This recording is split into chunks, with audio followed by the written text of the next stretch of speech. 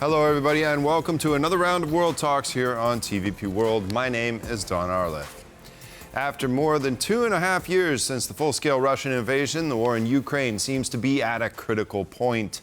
Ukrainian forces continue to hold Russian land in the Kursk region since making an incursion into the area in early August. The situation along the eastern front also at the moment seems dire. Last week, the stronghold of the strategically important city of Vuhledar fell to the Russian forces. Pokrovsk is in danger of being overcome. Now there's house-to-house fighting in Toretsk. Khasiv Yar is under constant pressure, and Russian forces have made gains in Kupyansk and Vochansk in the Kharkiv region. Meanwhile, the Dutch have delivered F-16 fighter jets to the country. The French have pledged an unspecified number of Mirage 2000 fourth-generation fighter jets to Ukraine in the first quarter of next year.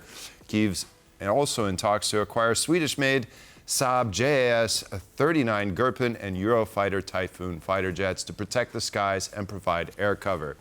This week, also, President Zelensky is preparing to travel to Ramstein, Germany, to pitch his four-piece victory plan to the allies at the monthly Ukraine Contact Group meeting. And now joining me to discuss all of these threads is Sviatoslav Yurash, Ukrainian MP from Servant of the People Party. Hello, and thank you very much for joining me today on World Talks. Thank you very much for having me. It's always a pleasure to talk with our Polish brothers and sisters. Now, Ukraine, fighter jets, more and more air defense than, it seems, offensive operations, at least at the moment. Will more of these aircraft affect the situation there on the ground?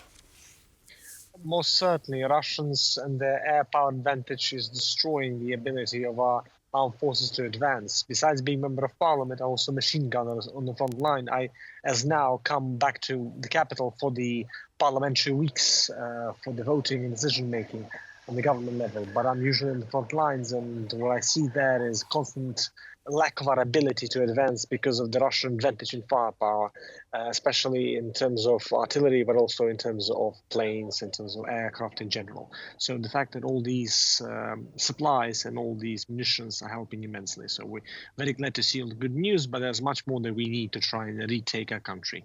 Right now, concerning the situations on the front lines, what do you think is the main factor there? Is it the Russian glide bombs that seem to have increased very much in numbers?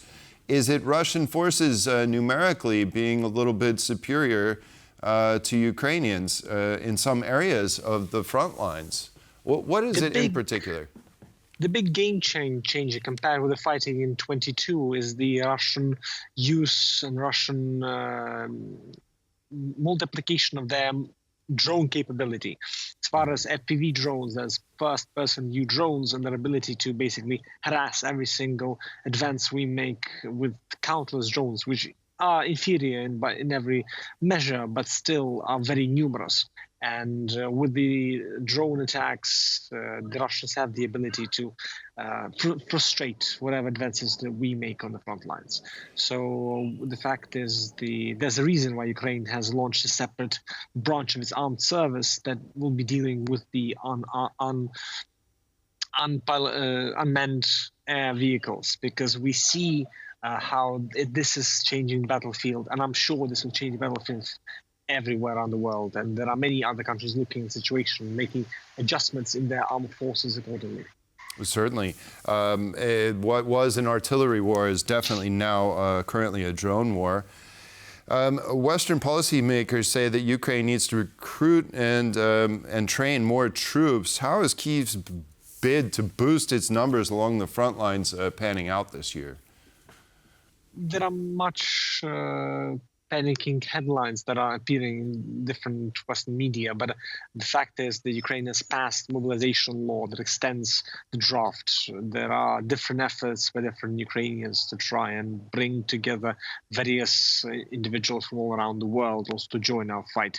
There are several foreign legions already in our armed forces fighting with us against the Russian invaders. Not to mention the fact that there was much news about the Polish Legion. It's called the volunteers that Poland has assembled from the Ukrainians who left Ukraine for various reasons to go to Poland to rejoin the battle back home. So the fact of the matter is we are trying to bring the Western alliance together in this act of defiance against the Russian madness that they are creating here ever since their first invasion in 2014.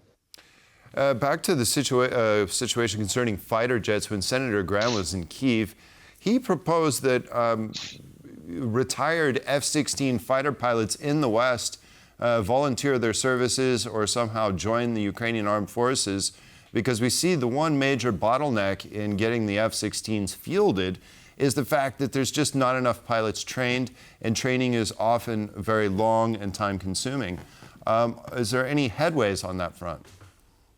There is much headway on that. Ukraine has many talented pilots to speak of in any case, and the question of adjusting and building up their skills to battle the Russians and use Western military jets is not something impossible. We've seen many Ukrainian pilots trained already in the news and in general. But as far as the idea of Senator Graham, it's something very, very welcome.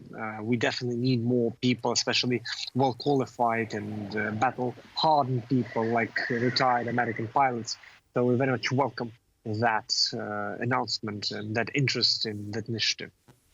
Now, President Zelensky is preparing to present his 4-point victory plan at Ramstein this week. But just hours ago, the meeting, or Biden's presence there, we're not quite sure exactly which, has been postponed. Do you think that this decision there will impact the substance of the summit? And exactly what are you expecting from this next contact group meeting in Ramstein?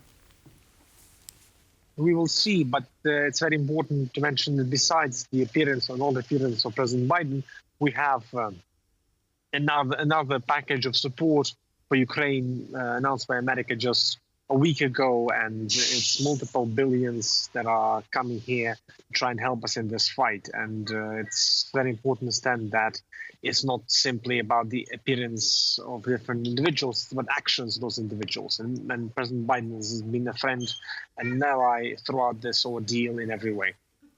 When President Zelensky traveled to the United States to present that 4-point victory plan to U.S. President Joe Biden, it is something very memorable that President Zelensky repeated one key phrase, and that is a lasting and just peace in Ukraine. Also, various sources indicate that NATO is already seriously considering a scenario in which Ukraine can become a member of NATO, but Article 5 will operate only on the territory controlled by the Ukrainian government. Is this a sign that Washington is seriously considering the possibility that Ukraine trades land for peace? And in such a scenario, would this be acceptable in Ukraine? It's very clear that we haven't seen negotiations proceed with any kind of success for the 8 years that we had them since the invasion of the Russians in 2014. We had negotiations with the Russians, and the only result of that was the full-scale invasion. So there is no trust as far as the agreements that Russia signs. Not to mention that we give up the third biggest nuclear arsenal in the world for guarantees of security, independence, and territorial integrity, and didn't stop Russia anyway. So in this context, we need something more serious. Whatever. What about NATO membership? Would NATO membership be the guarantee that you could trust? It's not a matter of opinion. As far as NATO membership, every single Ukrainian member of parliament, when he is sworn in, he swears in the Ukrainian constitution, which has it very clearly laid out the need for Ukraine to pursue membership of NATO and the EU. So for us, NATO membership is a fundamental goal that we strive for and that we are reforming our country for in every single meeting in the parliament. I'd like to ask you about your opinion on the ability to use Western weapons to strike targets deep in Russia. Do you think that that will have a major impact on the front lines and on the battlefield? Absolutely. It's not myself who you should listen to about this. It's with Western analysts who are pointing to various different logistical points in Russia and command and control centers in Russia, which are fundamental for their war effort. And our ability to try and destroy them is multiplying our chance at success, especially with withholding the Russian pressure they're putting in every part of the front line every single day. Well, it seems like the United States administration is actually in favor of Ukraine producing its own weapons to strike those targets deep in Russia, and that they're not very keen on providing U.S.-produced weapons for Ukrainians to do so. What do you think about that? We've seen many steps that are needed for the defense of Ukraine and any principle of international law, and its requirements be challenged by willingness of different Western leaders. But every single time, this obstacle had been overcome with the reality of what Russian invasion is and the horror that it is creating in our country, and the way it convinces all the Western leaders to support whatever ask, whatever need we have as far as the maintaining on the front lines is concerned.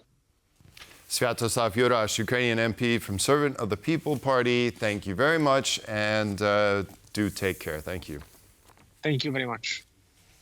And that concludes this edition of World Talks. Thank you for watching, and stay with us for more here on TVP World.